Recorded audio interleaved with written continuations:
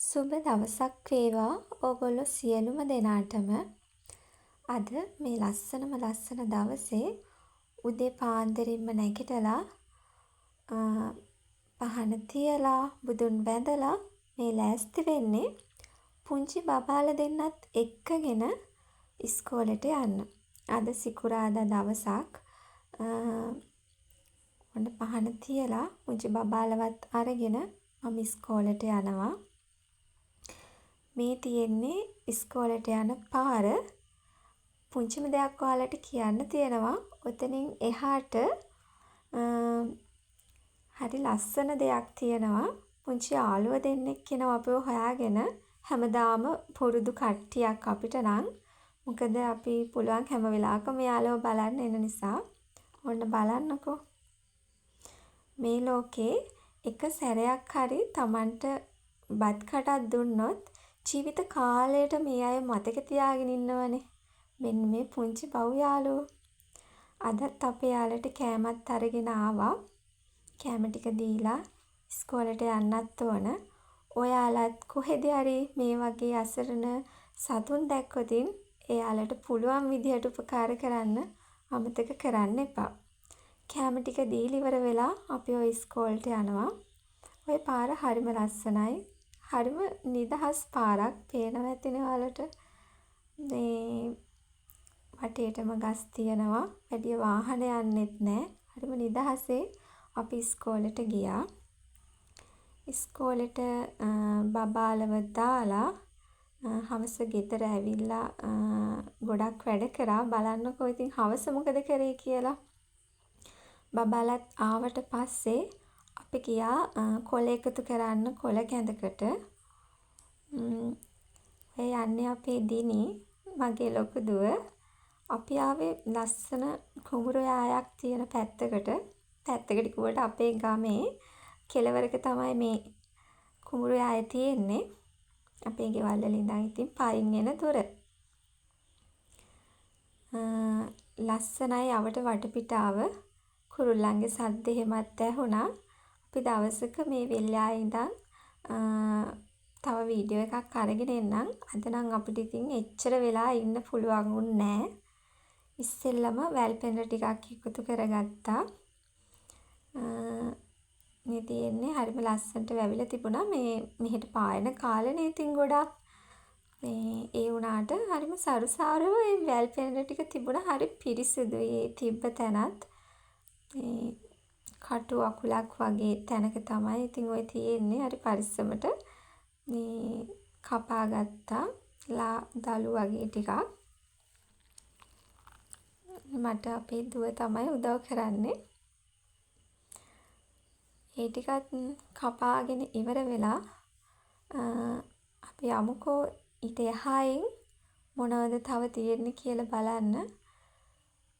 මේ වගේ තැනකට ආවම අවට වටපිටාව නම් ගොඩක් තියෙනවා ලස්සන තැන් බලන්න. මට මේ වීඩියෝ එක එඩිට් කරද්දි හිතුණා ඔයාලට තව ටිකක් මේ වෙල් යායේ ලස්සන පෙන්නුවා නම් හොඳයි නේද කියලා. කූඩේට දාගත්තා මේ කපපු වැල් පෙඳ ටික. ඒකත් අරගෙන අපි යන් ওই චුට්ටක් එහායින් තියනවා මේ කරපිංච ගහක්. ඒකෙන් කරපිංච ටිකකුත් කඩාගෙන අනිත් කොළ ಜಾති ටික එකතු කරගන්න. ඔය අවට තියෙන්නේ ඔක්කොම කුඹුරු. බෙහෙත් ಜಾති නම් ගොඩක් මේ කැලෙන් හොයාගන්න පුළුවන්. හැමතැනම තියෙන්නේ බෙහෙත් ඖෂධ. ඔන්න ඔතන ලස්සනට හැදුණු කරපිංච ගහක් තියෙනවා. ඊට එහායින් ලොකු කරපිංච ගහකුත් තිබුණා. කමක් නෑ ඉතින්. අපිට ඇති නිසා අපි මේ පොඩි ගහෙන් කරපිංච කොළ ටිකක් කඩාගෙන එකත් කූඩේට දාගත්තා. ඔන්න දිනි තව වැල් පෙඳ වැලක් අරගෙන ඇවිල්ලා ලොකු එකක්.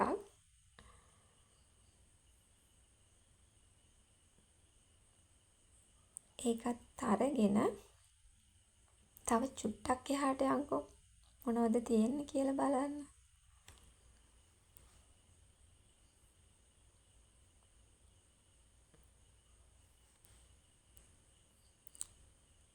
ඔය ඉන්නේ අපේ චූටි දුව.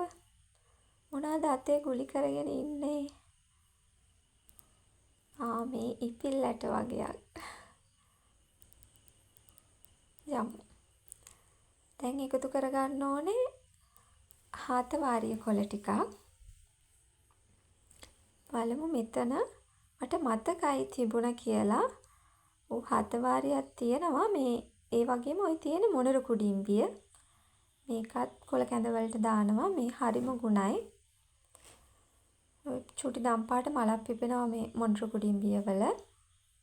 ඒකේ මුළු ගහම උනත් ගලවලා මුල් උනත් දාන්න පුළුවන් සෝදලා මේ කැඳයකට. මම නම් උඩින් මේ කොළ කඳත් එක්ක තමයි කඩාගත්තේ. මේ මම වංගෙඩිය කොටලා ගන්න නිසා මට මේ ලේසි දළු වගේ ඒ වගේ කඩාගත්තම ඒක නිසා ඔය මේ හාතවාරිය වලක් තියෙන්නේ. ඒකිනුත් ටිකක් කපා ගන්නවා. හරි පරිස්සමට කරන්න ඕන මොකද කටු වැනෙනවා. හාතවාරිය කටු හරිම විසයි. ඒක නිසා මම ඊවත් ලාදළු වගේ ඒ වගේ තමයි කඩාගත්තේ. ඒ ටිකත් කපලා දාගෙන ඊට පස්සේ අපි යනවා අපේ දිනී පෙන්නපු රණවරා කොළ ටිකක් කඩා ගන්න.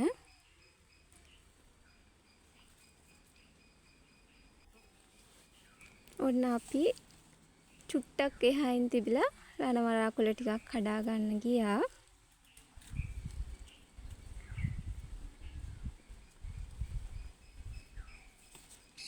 නොහොම තමයි රණවරා කොළ කඩාගත්තේ.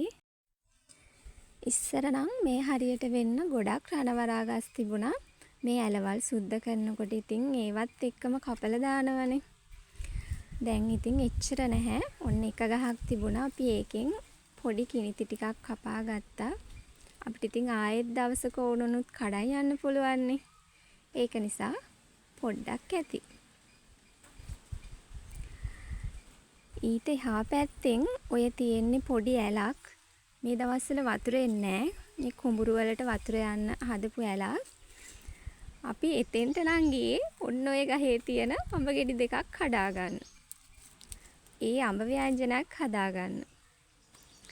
වැඩිය කැඩුවේ නැහැ. ඉතින් ගහට පාඩු වෙන්න ඔන්න පැහිච්ච ගෙඩි දෙකක් අපි කඩා ගත්තා.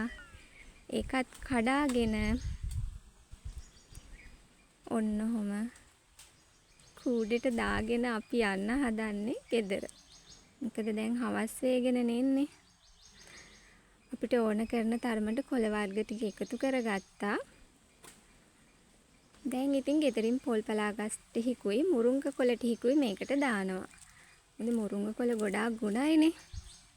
ඉතින් ඔන්න ලස්සන දවසක අවසානයේ අපි යන්න හදන්නේ ගිහින් එන්නම්. පරිස්සමින් සතුටින් ඉන්න. ඔයාලා හැමෝටම බුදු සරණයි.